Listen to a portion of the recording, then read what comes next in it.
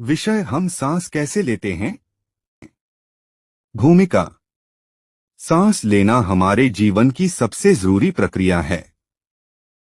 हम बिना खाए कई दिन रह सकते हैं, बिना पानी कुछ दिन रह सकते हैं, लेकिन बिना सांस लिए हम कुछ मिनट भी जीवित नहीं रह सकते। सांस लेने की प्रक्रिया को श्वसन रेस्पिरेशन कहा जाता है। सांस क्या है? जब हम हवा को अपने शरीर के अंदर लेते हैं तो उसे श्वास लेना इन्हेलेशन कहते हैं, और जब हम हवा को बाहर छोड़ते हैं तो उसे प्रश्वास छोड़ना एक्सहलेशन कहते हैं।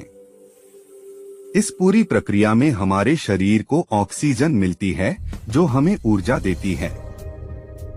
हम सांस कैसे लेते हैं? नाक से हवा का प्रवेश। जब हम सांस लेते हैं तो हवा सबसे पहले हमारी नाक में जाती है। नाक के अंदर छोटे छोटे बाल और नमी होती है जो हवा को साफ, गर्म और नम बनाती है। श्वासनली ट्रैकिया।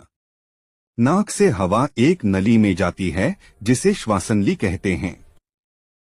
यह नली हवा को हमारे फेफड़ों तक पहुंचाती है। फेफड़े लंग्स। हमारे शरीर में दो फेफड़े होते हैं, दायां और बायां। फेफड़ों के अंदर बहुत छोटे छोटे थैले होते हैं जिन्हें एल्वियोली कहते हैं। ऑक्सीजन और कार्बन डाइऑक्साइड का आदान प्रदान। एल्वियोली में हवा से ऑक्सीजन खून में मिल जाती है और खून से कार्बन डाइऑक्साइड बाहर हवा में आ जाती है। सांस छोड़ने की प्रक्रिया। जब हम छोड़ते हैं तो कार्बन डाइऑक्साइड हमारे फेफड़ों से निकलकर श्वासनली नाक बाहर चली जाती है। डायफ्राम की भूमिका। सांस लेने में डायफ्राम नाम की मांसपेशी बहुत महत्वपूर्ण होती है। सांस लेते समय डायफ्राम नीचे की ओर जाता है जिससे फेफड़ों में जगह बनती है। सांस छोड़ते समय डायफ्राम ऊपर की ओर आ जाता है।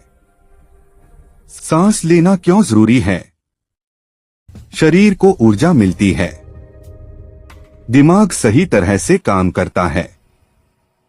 शरीर के सभी अंग स्वस्थ रहते हैं। अगर हमें पर्याप्त ऑक्सीजन न मिले तो हम कमजोर महसूस करते हैं और बीमार भी पड़ सकते हैं। निष्कर्ष। अंत में मैं यही कहना चाहूंगा, सांस लेना हमारे जीवन की सबसे महत्वपूर्ण क्रिया है। इसलिए हमें हमेशा साफ हवा में सांस लेनी चाहिए, पेड़ पौधे लगाने चाहिए और